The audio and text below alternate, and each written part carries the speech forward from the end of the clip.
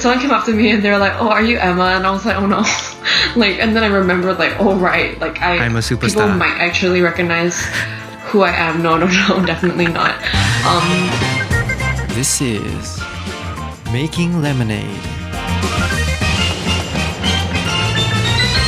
Welcome to Making Lemonade, the show about the lives of musicians in Singapore making the most of performances that have changed their lives or were just plain sour. I'm your host, Lemon Wayne, and Lemon Boy and me, we're gonna live forever. You're gonna have to endure more of my awful singing today because we have a singer today, Emma, with us. Hi.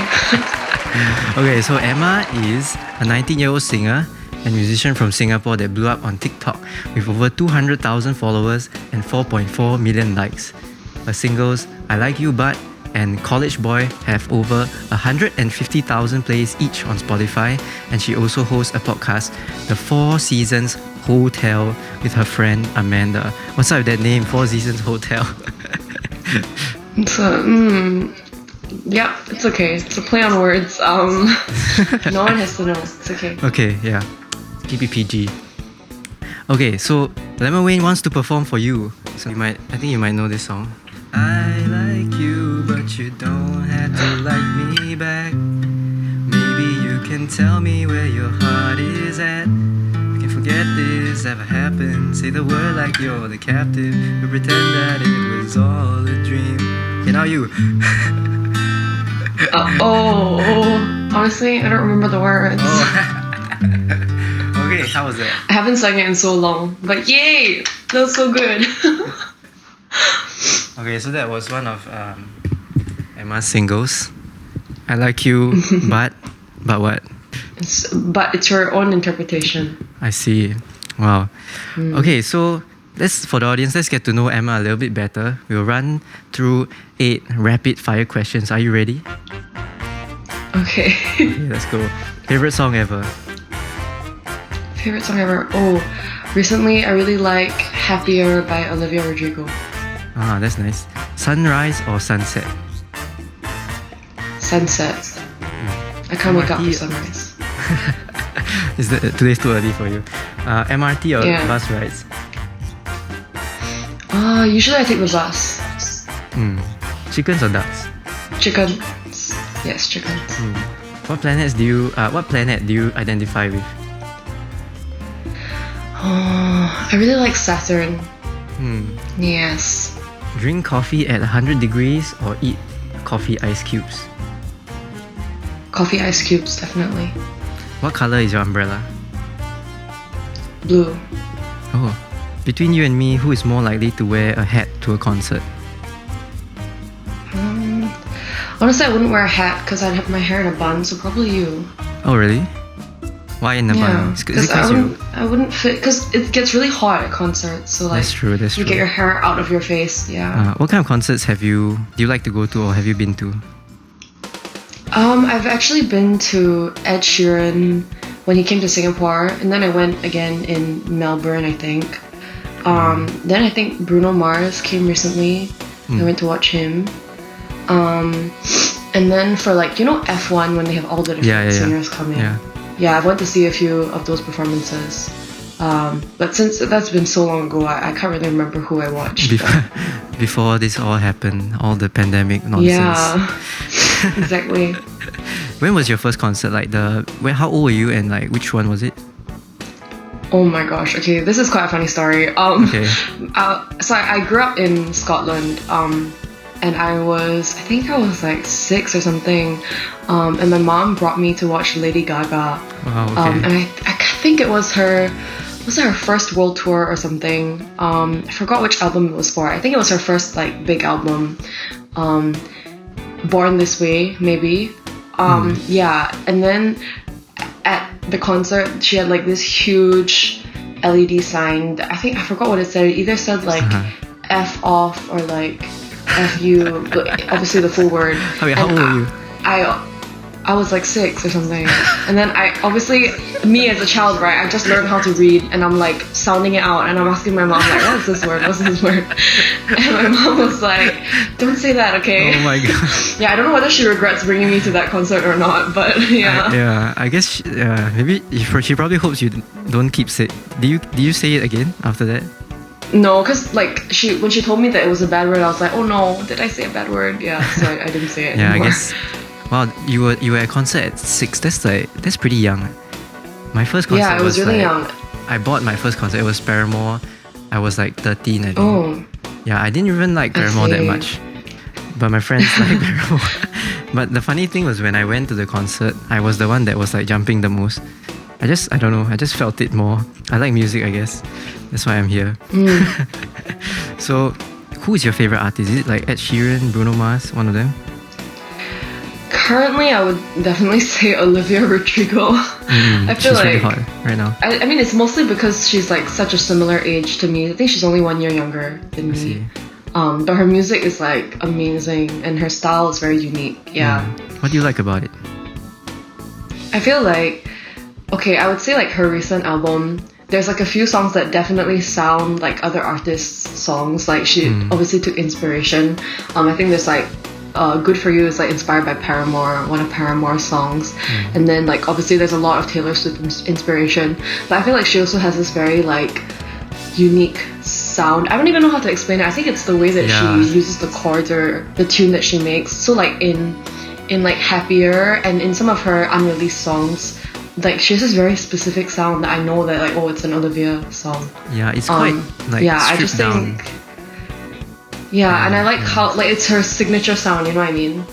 And I like that she has a signature sound. It is a signature. It's quite mellow. The topics are also kind of all about some guy that treated her badly. A little bit like your songs. I don't know. She's amazing. She wrote like 12 songs about one breakup. Like that's crazy. That's a skill, I think. But Taylor Swift has probably the record on that. Yeah. No, but that's a little bit like what you do as well, right? I was listening to your discography, and a lot of songs are like mellow, like heartbreak songs.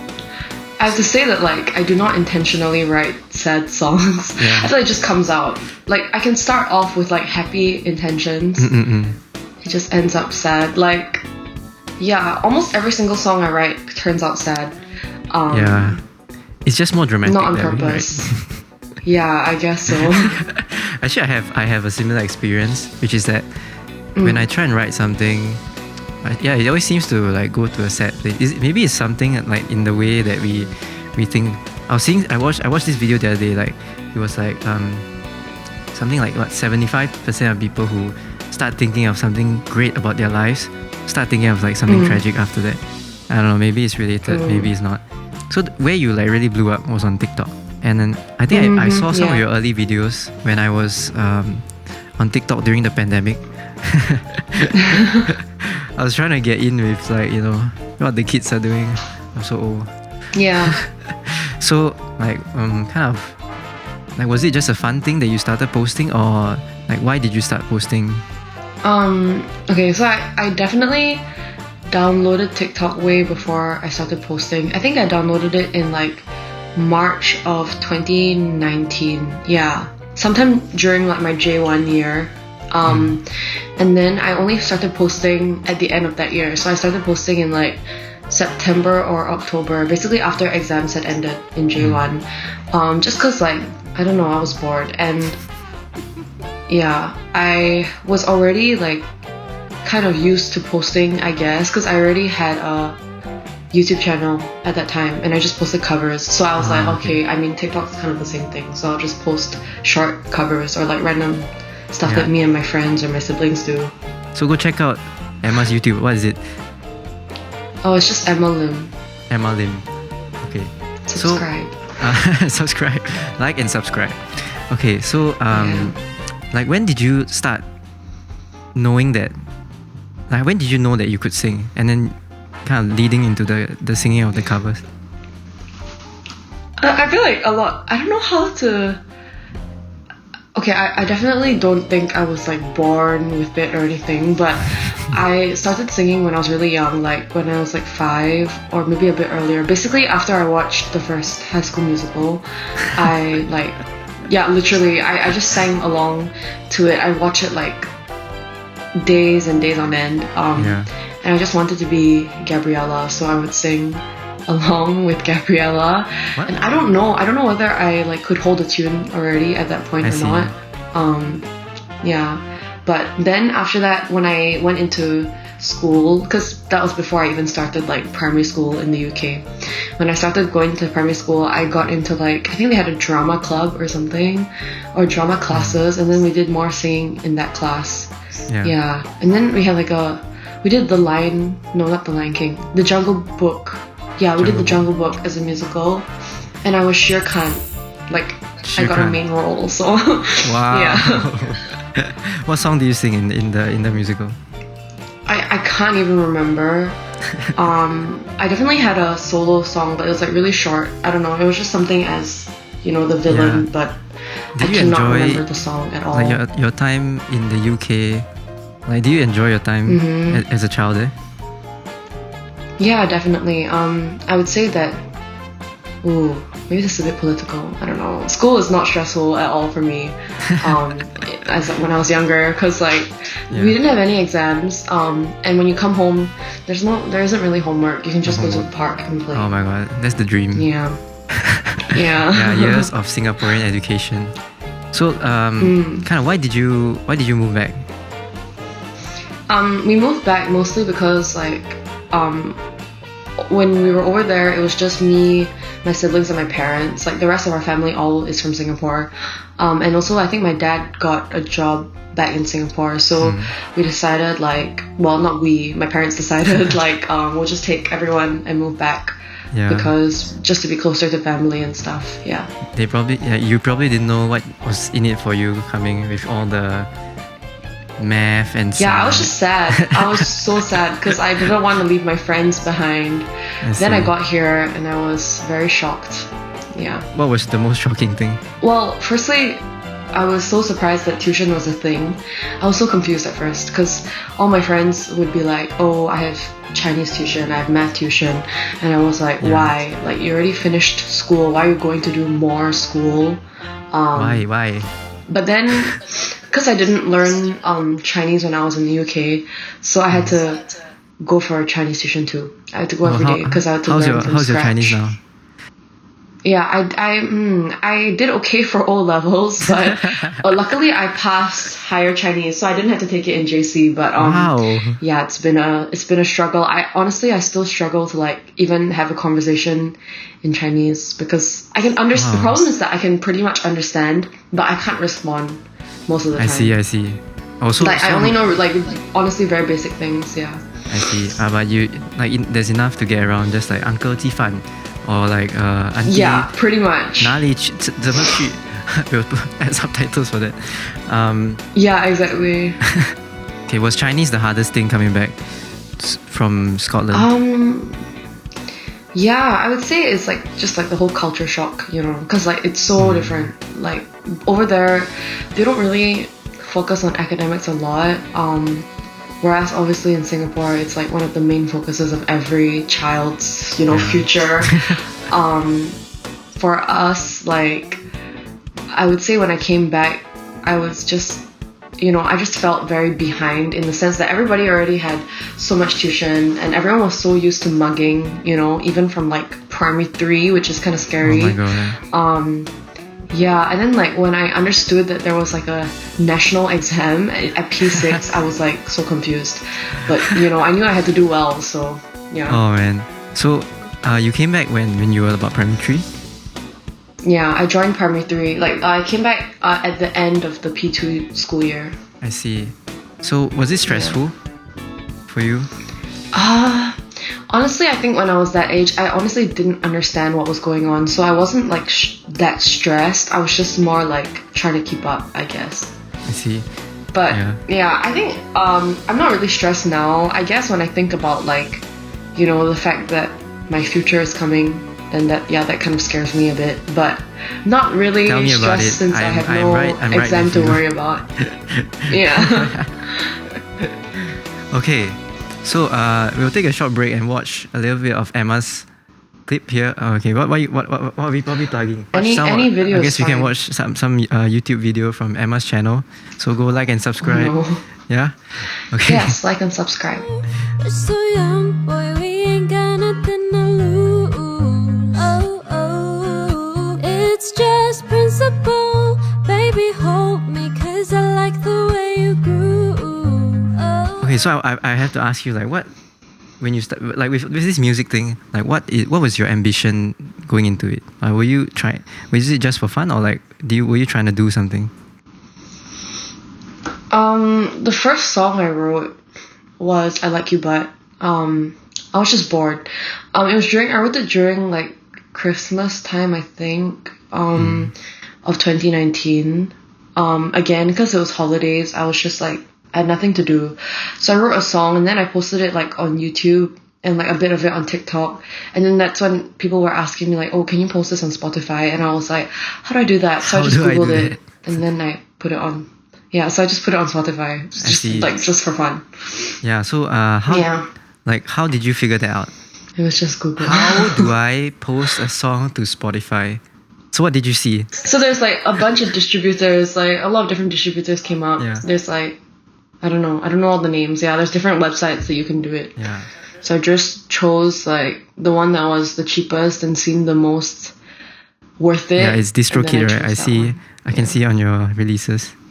Yeah, but I'm thinking of changing soon. I don't know. I'm just lazy to transfer everything. I want to get into the album, the EP that you did. I think it's called Bedroom Summer. Yes. So, what was the process of writing all the songs like? So I wrote Bedroom Summer during Circuit Breaker last year.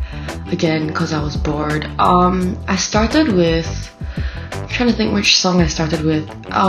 Okay, because I had already. College Boy, I wrote that with my friend Xavier. So we were already trying to like write a new song. I think the song that we started writing we just ended up like scrapping it. But we started with a tune, I think. Just chords. We were trying out different chords. And then like trying to put together a tune. It didn't really work out. So we, in the end, each individual song had a different process. Okay, wait, let me think. Okay, so the first song, Take Me Back to April, I started writing that song with the music first, because some of them I'll start with lyrics. So Take Me Back to April, I started with music first. I knew that I wanted to use like piano sounds because everything I make is on GarageBand, so it's not very high quality. But I just started with like a few chords. Then I came up with the tune, and then I finished up the lyrics. Yeah. And then for second song, Envy Eyelids, Xavier wrote Envy Eyelids, like all the words. He texted me one day and he was like, oh, by the way, I wrote this, I don't know if you want to use it. He just sent me like a chunk of lyrics and I just used it and made it into a song. So that one started with the lyrics. The third song, I think it's 3 a.m. I wrote 3 a.m. with my friend May. We wrote it on Instagram DMs. Like we were just sending voice messages back and forth to each other of tunes. And once I had like the first line of like it's 3 a.m., I already was thinking of like going 3, 4, 5, like 3 a.m., 4 a.m., 5 a.m. So that's kind of how we wrote that one. Yeah. And then the fourth one was, I can't even remember my own songs. Let me check. I wrote a remastered version of I Like You But. That one, yeah, I just wanted to redo it because the first one, there were so many complaints. Everybody said that my voice was a bit soft. Was too soft and the music was too loud. Yeah. So I redid it, and I added a bridge into it. Yeah. Oh, then the last song is Sunflower Hill.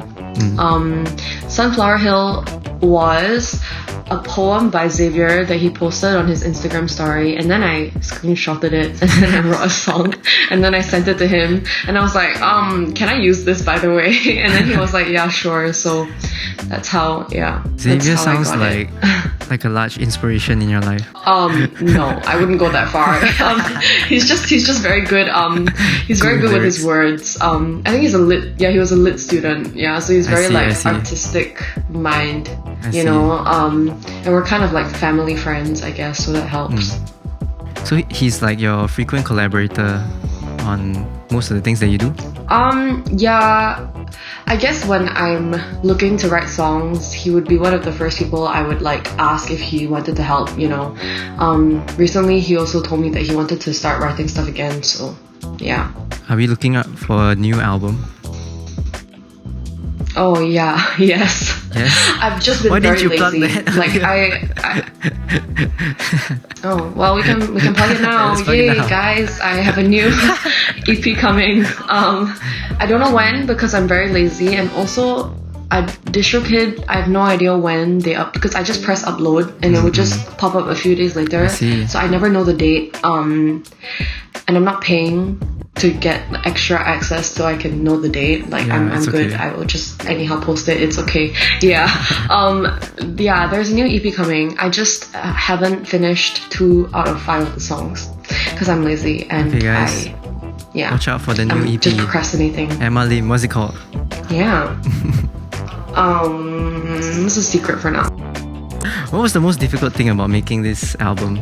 Honestly, I feel like as a song, okay, I don't even want to call myself a songwriter. I just feel like when you're writing songs, there's so many times when you just run out of lyrics. Like I always end up reusing the same few phrases in my songs because like I am, you know, limited in my vocabulary and stuff like that. So yeah, I guess like there's lots of times when you get like writer's block and you're stuck at one verse and you don't know how to continue. Yeah. Relatable. Well, that's why you have Xavier, right? Yeah, sure. He gets stuck too, so it really depends. Oh, then what happens if both of you get stuck? How do you get out of it? Well, we just like take a break. We take like a 1 week or 2 week, well, however long it takes for us to, you know, get back onto songwriting.